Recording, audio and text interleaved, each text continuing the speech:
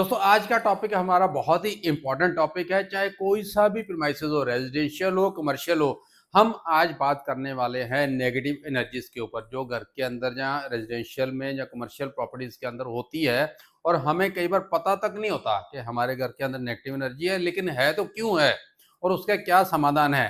तो आज डिटेल में चर्चा करेंगे कि क्या नेगेटिव एनर्जी है, कहाँ से आती है और उसको कुछ छोटे छोटे उपाय करके, वास्तु के छोटे से ट्रीटमेंट करके उसको कैसे नेगेटिव एनर्जी को दूर किया जा सकता है। तो चलिए स्टार्ट करते हैं इस वीडियो को। नमस्कार, मैं आपका Vastu consultant, coach and author Deepak Kumar Saini. तो आज मैं सुबह मॉर्निंग में किसी के घर पे नोएडा में विजिट किया था। तो उन्होंने मुझे बुलाया था, कहते सर बहुत सारे काम है लेकिन काम होते नहीं है, काम अटक जाते हैं। उनका बड़ा घर था करीब 400 गज का, उसी के अंदर एक छोटा सा ऑफिस भी बना रखा था। काम बहुत आ रहे हैं लेकिन कोई मेच्योर नहीं हो रहा और घर में चिड़चिड़ापन है और बीमारी भी है। तो बहुत सारे कारण हैं। तो जब मैंने उनका घर विजिट किया, देखा, तो उनके घर के अंदर बहुत सारी गंदगी थी, चीजें ऑर्गेनाइज नहीं थी। किचन है तो उसमें गंदगी है और कलर इतने ब्राइट किए हुए हैं, ऑरेंज कलर, रेड कलर और पिंक कलर, इस टाइप के जो है कलर कर रखे हैं वॉल्स के ऊपर। तो एंटर करते ही मुझे फील होगा कि यहाँ तो बहुत ज्यादा नेगेटिव एनर्जी है। तो मैंने फिर उनको बताया कि आपको ये काम करने पड़ेंगे। लेकिन इंपॉर्टेंट बात यह है कि वो घर में रह रहे हैं लेकिन उनको ये आभास ही नहीं हो रहा कि हमारे घर के अंदर नेगेटिव एनर्जी है, यानी कि उनको अपने घर की गंदगी दिख ही नहीं रही। तो मैंने उनको समझाया कि सबसे पहला काम है कि साफ सफाई। अगर किचन ही इतनी गंदी रखोगे तो हेल्थ भी ठीक नहीं रहेगी, पैसा कहाँ से आएगा। तो स्टेयरकेस के नीचे जो जहान का कबाड़ जो है वहां डंप करके रखा है। एक होता है सिस्टमेटिक वे से रखना, एक होता है डंप कर देना। तो डंप करके रखा हुआ था और उनके जो बच्चे थे दोपहर के 11:30-12 बज गए थे तो अभी सोए पड़े थे। तो ऐसा वाला सीन था। तो सारी चीजें मैंने उनको एक्सप्लेन की। लेकिन आप लोगों को किन चीजों का ध्यान रखना है, कैसे आपको पता चलेगा कि आपके घर में नेगेटिव एनर्जी। एक तो पता चलेगा जब आपके साथ कोई ना कोई बहुत बड़ी प्रॉब्लम्स आ जाएंगी, हेल्थ की प्रॉब्लम आ गई, जैसे इनके साथ हुआ, कोई काम ही नहीं बन रहा, इतने बड़े बड़े प्रोजेक्ट्स आ रहे हैं लेकिन मेच्योर कोई नहीं हो रहा। तब आप याद करोगे। एक नेचुरल वे में आपको पता लगना चाहिए कि क्या हमारे घर के अंदर नेगेटिव एनर्जी आ गई, कहाँ से आ रही है और इसको कैसे हम पॉजिटिव एनर्जी में कन्वर्ट कर सकते हैं। तो मैं आपको बताता हूँ स्टेप बाय स्टेप कुछ छोटे छोटे काम। तो घर में नकारात्मक ऊर्जा के लक्षण, इसके सिम्टम्स क्या है, कैसे पहचान में आएगा कि आपके घर के अंदर नेगेटिव एनर्जी है। थकान हो गई और चिड़चिड़ापन होगा। तो जैसे फैमिली मेंबर्स है, ऐसा नहीं है कि एक बंदे को थकान हो गई, जो हेड ऑफ द फैमिली है, जो काम कर रहा है, सबको थकान होगी, किसी को ज्यादा किसी को कम। चिड़चिड़ापन भी सबके अंदर ही आ जाएगा धीरे धीरे करके। तो ये मेन इसके सिम्टम्स हैं। और बार बार बीमारियां, बैक टू बैक बीमारियां आ जाती हैं, एक बीमार फिर दूसरा फिर तीसरा फिर चौथा। तो पता चला कि सारा परिवार ही बीमार पड़ा हुआ है। तो ये भी एक छोटा सा सिम्टम है। और घर में झगड़े या मानसिक तनाव, सुबह उठते ही घर के अंदर झगड़ा, इरिटेशन, छोटी सी बात होती है उससे बवाल हो जाता है, झगड़ा हो जाता है। तो उसके साथ सारा दिन जो है परिवार तनाव में ही रहता है। तो ये भी सिम्टम्स हैं। और काम में रुकावट, जैसे कि मैंने अभी बताया, कहते हैं बहुत काम आ रहे हैं, बहुत अपॉर्चुनिटीज आ रही, लेकिन मेच्योर एक भी नहीं हो रहा। तो ये सारे छोटे छोटे सिम्टम्स हैं। लेकिन आपको निगाह रखनी पड़ेगी कि अगर ऐसा कुछ हो रहा है तो कुछ ना कुछ तो गड़बड़ है, कुछ ना कुछ तो नेगेटिव एनर्जी है। तो उसके और क्या कारण हो सकते हैं। एज पर वास्तु क्या हो सकता है, गलत दिशा में टॉयलेट या किचन। ठीक है, जैसे कि हम आम ही बोलते हैं कि नॉर्थ ईस्ट में ना किचन होनी चाहिए ना टॉयलेट होना चाहिए। तो गलत दिशा की किचन या टॉयलेट ये भी एक बहुत बड़ा नुकसान करती है, हेल्थ पॉइंट ऑफ व्यू से भी और फाइनेंस पॉइंट ऑफ व्यू से। टूटी हुई चीजें या बंद घड़ियां, बहुत सारा टूटा फूटा सामान होता है तो वो घर के अंदर ही रख लेते हैं, बाहर नहीं फेंकते, कबाड़ को बाहर नहीं फेंकते। जैसे मैंने अभी बताया, तो स्टेयर केस के नीचे कबाड़ पड़ा हुआ था, बाहर नहीं फेंका। टाइम ही नहीं है, करना कुछ नहीं है लेकिन टाइम ही नहीं है। तो इसलिए इन चीजों पे काम करना पड़ेगा। अगर आपको ग्रोथ चाहिए, घड़ियां बंद नहीं होनी चाहिए, टूटा फूटा सामान सारा बाहर फेंकना पड़ेगा। और भारी फर्नीचर उत्तर पूर्व दिशा में, तो बहुत ज्यादा हैवी फर्नीचर, यानी कि नॉर्थ ईस्ट कॉर्नर में भी आपने सामान डाल के उसको डंप कर दिया है और ऊपर से साफ सफाई नहीं हो रही।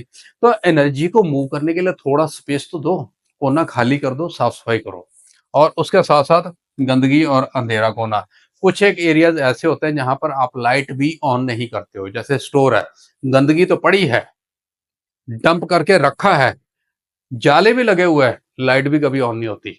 तो ये सारे मेन कारण है जिसकी वजह से नेगेटिव एनर्जी अपने आप ही वहां आ जाती है, पैदा हो जाती है। तो क्या सरल वास्तु उपाय हो सकते हैं?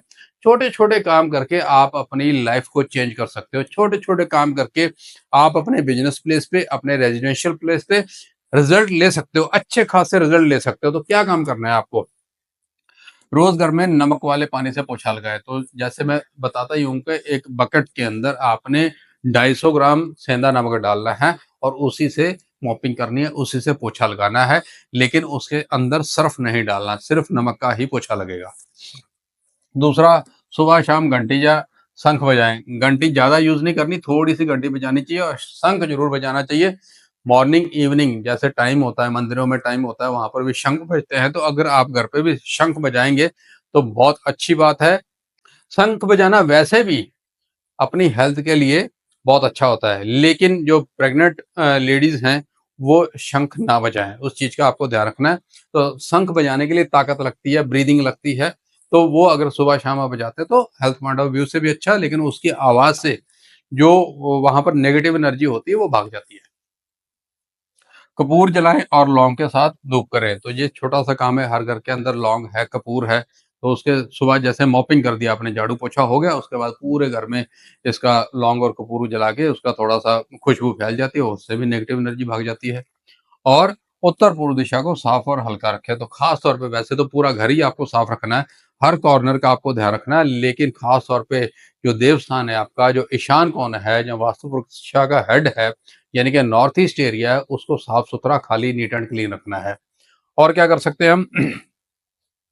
कौन सी चीजें हटानी है? जो हमारी बहुत एक गंदी आदत है कि कुछ चीजें जो पता है कि आगे ज्यादा काम नहीं आनी, उसको संभाल कर रखते हैं। और होता क्या है, जब ज़रूरत होती है वो मिलती नहीं है, हम बाज़ार से नई चीज़ लेकर आते हैं। तो वो पड़ी-पड़ी आपका नुकसान कर रही है, आपको पता भी नहीं चलता। तो कुछ चीज़ें ऐसी हैं जो घर से हटा देनी चाहिए, टाइम टू टाइम हटानी ही चाहिए आपको। तो टूटे शीशे जिस पे हम देखते हैं टूटा हुआ है, लेकिन इतने एफर्ट्स नहीं लगाते कि इसको रिप्लेस कर दिया जाए। और रिप्लेस होगा जाके 2, 3, 4, 6 महीने के बाद। जब द 2, 4, 5, 10 लोग आपको बोलेंगे, ये शीशा टूट गया, अच्छा नहीं होता। तो इधर से वीडियो सुनोगे, उधर से सुनोगे तो शायद आप करोगे तो करोगे, लेकिन ये तुरंत काम करना चाहिए। जैसे क्रैक आया, टूट गया, उसको इमीडिएटली हटाओ और रिप्लेस कर दो उसको। घड़ी या इलेक्ट्रॉनिक सामान, घड़ियाँ रुक जाती हैं, वॉल क्लॉक जो है वो रुक जाती हैं, उसपे सेल चेंज करने का टाइम नहीं है, इमीडिएटली चेंज करो ना उसको।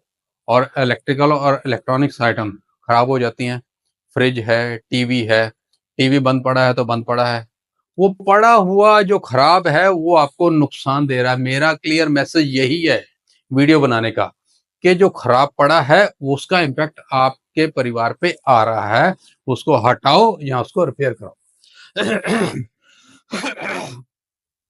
कांटे वाले पौधे जैसे कैक्टस, जो कांटे वाले नहीं लगाने चाहिए, खास तौर पे सिर्फ कैक्टस।